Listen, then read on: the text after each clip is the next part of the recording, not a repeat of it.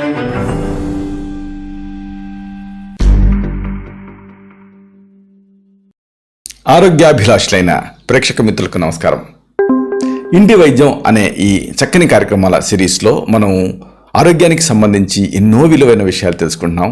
అలాగే మనం ఇంట్లో వాడుకునే ఆహార పదార్థాల్లో దాగున్న ఔషధ రహస్యాలను కూడా తెలుసుకుంటున్నాం. ఈరోజు మనం ఒక ముఖ్యమైన ఆహార పదార్థం గురించి తెలుసుకోబోతున్నాం. ఎక్కువ మందికి దీనికి సంబంధించినటువంటి అవగాహన ఉండదు. ఇదే సజ్జలు. పూర్వకాలం నుంచి ఆహార ధాన్యంగా ఈ సజ్జని పండించడం అనేది రైతులకి పరిపాటి. సజ్జ ఎలా ఉంటుందంటే జొన్న లాంటి సన్నటి ఆకులు కలిగి ఉంటుంది. అలాగే జమ్ము కండెల్ లాంటి కంకులు కలిగి ఉంటుంది ఇది. దీంట్లో మళ్ళీ సజ్జల్లో కూడా నాటు సజ్జలు, హైబ్రిడ్ సజ్జలని జొన్నల్లో ఎట్లయితే రకాలు ఉంటాయో అట్లా దీంట్లో కూడా 2 రకాలు ఉన్నాయి. ఈ సజ్జలు జీర్ణం కావటానికి 3 గంటల టైం పడుతుంది. ఇది చాలా కీలకం. అంటే ఏమిటి, ఇది తిన్న తర్వాత మళ్ళీ వేరే ఆహార పదార్థాల మీద దాడి చేయాలి అని అనిపించదు. శాటియిటీ. దీంట్లో బోల్డ్ అన్ని తత్వాలు ఉంటాయి.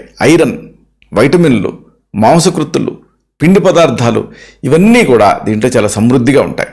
అంటే ఒక మంచి బలవర్ధకమైన ఆహారం ఇది అని చెప్పొచ్చు. మరి దీనికి సంబంధించి గుణధర్మాలు ఏమిటి ఇది తెలుసుకుందాం. సజ్జలలో ఇనుము ఎక్కువ ఉంటుంది కాబట్టి గర్భిణీలలో ఒక చక్కటి ఆహార ఔషధం కింద ఇది ఉపయోగపడుతుంది. అంటే ఐరన్ని పెంచుకోవడానికి గర్భిణీ స్త్రీలు దీన్ని వాడుకోవచ్చు. ఇంకా పెరిగే పిల్లలకి రక్తహీనతని నివారిస్తుంది. అంటే గర్భిణీల్లోనూ పెరిగే పిల్లల్లోనూ ఎనీమియాని కరెక్ట్ చేస్తుంది. అంతేకాదు ఎసిడిటీ, కడుపులో మంట, ఇండైజెషన్ అంటే అజీర్ణం, ఇలాగ ఉదరకోశ సమస్యలకి కూడా ఈ సజ్జలు అనేది చక్కటి దివ్యమైన ఆహార ఔషధం. మరి ఇలాంటి ఈ సజ్జలకు సంబంధించి ఆరోగ్య ప్రయోజనాలు ఏమిటి తెలుసుకుందాం. అంటే దీంతో ఏ సమస్యలు తగ్గించవచ్చు అనేది తెలుసుకుందాం. ఒకటి ముఖ్యంగా మనం చెప్పుకోవాల్సింది బలహీనత గురించి. చాలామంది ఈ బలహీనతతో ఇబ్బంది పడుతూ ఉంటారు. అంటే చూడటానికి బాగానే ఉంటారు కానీ విపరీతమైన నీరసం, నిస్సత్తువ, నిస్త్రాణ ఉంటాయి. ఇలాంటప్పుడు సజ్జ పిండితో తయారు చేసిన రొట్టెల్ని తేనె కలిపి ప్రతిరోజు తింటూ ఉండాలి. ఇది ఒక చక్కటి బలవర్ధకమైన ఆహారం కింద పనిచేస్తుంది. శరీరానికి బాగా మేలు చేస్తుంది. ఇంకొక సమస్య షుగర్ వ్యాధి. షుగర్ వ్యాధితో ఒకవేళ మీరు బాధపడుతూ ఉంటే సజ్జలు చాలా చక్కటి ఆహారం. దీన్ని ఆహారంలో భాగంగా చేర్చుకోవటం వల్ల షుగర్ లెవెల్స్ కంట్రోల్లో ఉంటాయి. అలాగే శాటియిటీ అంటే అతృప్తిగా కూడా ఉంటుంది. ఇంకొక సమస్య ఎక్కువ మందిని ఇబ్బంది పెట్టేది రక్తంలో కొలెస్ట్రాల్ పెరగటం. ఇలాంటప్పుడు ఈ సజ్జ పిండిలో కాస్త బెల్లం కలుపుకొని రొట్టెలా చేసుకొని తింటూ ఉంటే ఆరోగ్యానికి చాలా మంచిది.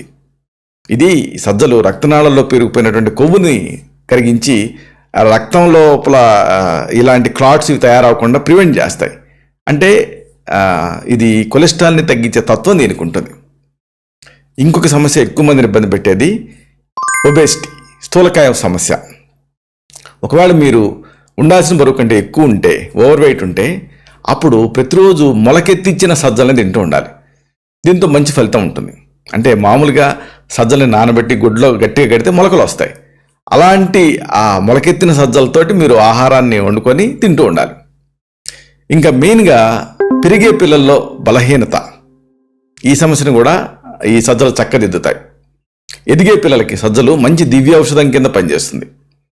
పిల్లలు ఉల్లాసంగా, ఆరోగ్యంగా, దృఢంగా పెరగటానికి ఈ సజ్జలు దోహదపడతాయి. అంతేకాదు పిల్లల్లో జ్ఞాపక శక్తిని కూడా ఈ సజ్జలు పెంచుతాయి. దీన్ని రోజువారీగా పిల్లలకి వాళ్ళకి ఇష్టమైన రూపంలో ఇస్తూ ఉండండి.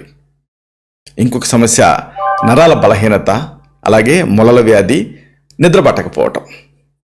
ఇలాంటప్పుడు సజ్జల్ని దంచి పిండి చేసి బెల్లం కలిపి రొట్టెలు తయారు చేసి ప్రతిరోజు ఈ రొట్టెల్ని తింటూ ఉండాలి. దీంతో నరాల బలహీనత, మొలల వ్యాధి ఇవి తగ్గటమే కాదు మంచి నిద్ర కూడా పడుతుంది. అయితే ఇదే సందర్భంగా ఒక ముఖ్యమైన విషయాన్ని గ్రహించాలి. ఒక ముఖ్యమైన గమనిక ఉంది. సజ్జల్ని మితిమీరి తింటే కొంతమందికి యూరిక్ యాసిడ్ ఎక్కువ అవుతుంది. దీంతో కీళ్ళ నొప్పులు, మూత్రపిండాలలో రాళ్ళు తయారవటం ఇలాంటివి వచ్చే రిస్క్ ఉంటుంది. అలాంటి నేచర్ ఒకవేళ మీకుంటే అప్పుడు సజ్జల్ని ఎక్కువగా ఆహారంలో ఉపయోగించకండి, పరిమితంగా వాడుకోవచ్చు. ఇలాగా ఈ సజ్జలకి సంబంధించి అనేక రకాల ఆరోగ్య ప్రయోజనాలు ఉన్నాయి. అయితే ఇప్పుడు మనం చెప్పుకున్నవన్నీ ప్రథమ చికిత్సలు, గృహ చికిత్సలు. ఒక్కొక్కసారి ఈ సమస్యలు ఈ చికిత్సల స్థాయిని మించి ఇబ్బంది పెడుతూ ఉంటాయి. అలాంటప్పుడు మిమ్మల్ని వ్యక్తిగతంగా పరీక్ష చేసి మీ నాడి చూసి మీకు మాత్రమే ప్రత్యేకమైన ఆయుర్వేద ఔషధాన్ని ప్రిస్క్రైబ్ చేయాల్సి ఉంటుంది. ఇలాంటి మరిన్ని ఇన్ఫర్మేటివ్ వీడియోస్ కోసం ఈ ఛానల్ని సబ్స్క్రైబ్ చేసుకోండి. శతం జీవ శరదో వర్ధమానః, శతం హేమంతాన్ శతం వసంతాన్. 100 శరత్తులు, 100 హేమంతాలు, 100 వసంతాలు వర్ధిల్లుతూ జీవించండి. Stay healthy, stay happy, be positive, keep smiling, stay safe. Love you all. శుభం.